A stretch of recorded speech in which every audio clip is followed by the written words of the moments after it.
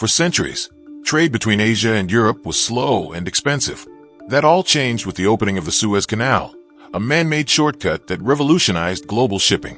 Today, around 12% of global trade and 30% of the world's container traffic passes through this narrow waterway. Every year, over 1 billion tons of goods, valued between $3 billion to $9 billion a day, travel through the canal. On average, 50 ships pass through it daily. But the Suez Canal, as vital as it is, has its problems. Its narrow width and choke point geography make it highly vulnerable to disruptions. In 2021, the Ever Given, a massive container ship, became lodged sideways in the canal, blocking passage entirely for 6 days. The ripple effects were felt around the world, halting supply chains and costing billions in trade losses. That single incident revealed just how dependent global commerce had become on a single, fragile corridor. More recently, a new and even more dangerous threat has emerged. Houthi rebels in Yemen have begun targeting commercial vessels passing through the Red Sea, which is directly connected to the Suez. These attacks have prompted major shipping lines to reroute their vessels, increasing costs and transit times. With these growing risks, global trade is in desperate need of alternative routes, and that's where Iraq enters the conversation. Nestled at the crossroads of Asia and Europe, Iraq is now positioning itself as a land-based transit hub that could offer a faster, safer, and more resilient path. This country, not exactly known for trade innovation, is now working on a mega project that could shake up global logistics and offer a serious alternative to the Suez Canal. It's called the Development Road, and it could transform Iraq into a crucial link between Asia and Europe. The concept isn't entirely new. Back in 1903, Germany had a similar idea: to connect Berlin and Baghdad by rail, and from there, access the Persian Gulf. It was ambitious, aiming for a 994-mile railway. But by World War I, they were still nearly 600 miles short. The full route was only completed in the late 1930s. Fast forward to today, that old railway is outdated and not built for modern cargo volumes. That's why Iraq launched the Development Road, a high-speed land route stretching from its southern coast to the Turkish border.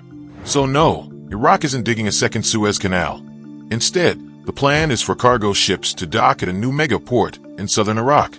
From there, goods will be transferred to trains and trucks that race across Iraq, into Turkey, and then on to Europe. Sounds straightforward, but it's not. Iraq's existing rail and road networks are nearly a century old, and decades of war have left them in poor condition. From the 2003 U.S. invasion to the battles with ISIS, the country's infrastructure has taken a beating. So Iraq is building from scratch, a new 745-mile rail and highway corridor designed for speed, efficiency, and heavy freight. The new rail system will allow trains to travel up to 186 miles per hour and stop at 15 new stations, connecting major cities like Basra, Baghdad, and Mosul. The cost? Between $17 billion and $20 billion. And that's just for the inland route. To make this system work, ships need a place to dock, which brings us to the Grand Fa port, the anchor of the entire project. Located on Iraq's 36-mile coastline on the Al Fa Peninsula, the country's only access to the Persian Gulf, Grand Fa is a true mega project. The goal, 100 piers, making it the largest port in the Middle East. For comparison, Dubai's Jebel Ali port, the region's current leader, has just 67. And that's not all. Grand Fa will feature a massive man-made terminal, surrounded by piers, built using cutting-edge techniques to overcome serious environmental and logistical challenges. For example, Iraq lacks the quarry stone typically used to prevent underwater erosion caused by large ships, a process known as scour. Instead of stone, engineers used fabric bags filled with concrete to create underwater mats that require less material and can be installed at any construction stage. This innovation cut the amount of stone needed by 38% and slashed the construction timeline by over 3 years. But one of the biggest challenges was depth. While the average depth of the Persian Gulf is about 115 feet, the waters around the Al Fa Peninsula are much shallower, just 16 to 33 feet deep. That's a problem when you're trying to host ships like the Ever Given, which needs 53 feet of depth just to float. To solve this, Iraq is dredging a 15-mile-long, 1,300-foot-wide channel, deep enough to accommodate the world's largest vessels.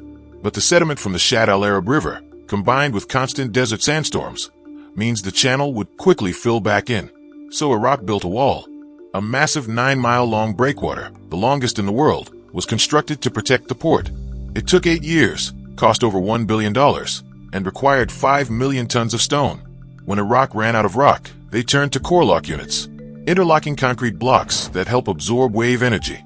Just these units cost $591 million. In total, half the port's budget was spent on this one structure, but it was necessary to make the project sustainable. Then there's the tunnel. To connect Grand Fa to Iraq's existing Mqazar port, engineers are building a 1.5-mile underwater tunnel, an unusual and bold move for port infrastructure.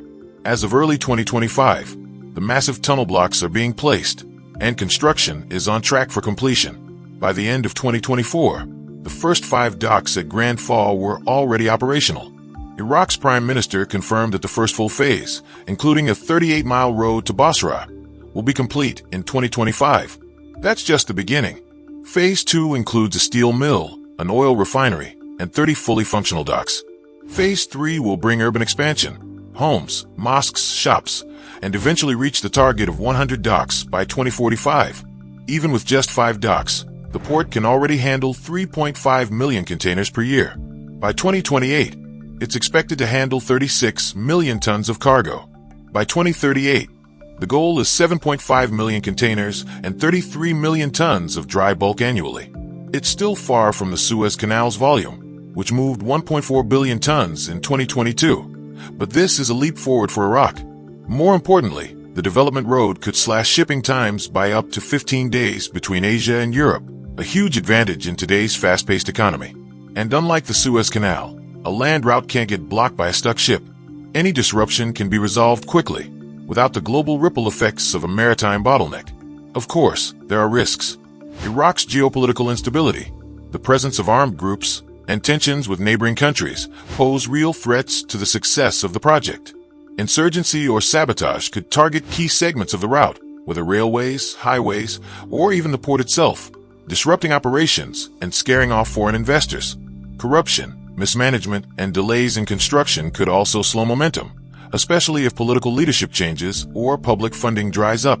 Maintenance of such a massive corridor will require reliable governance, continuous investment, and international trust, all things Iraq is still working to rebuild.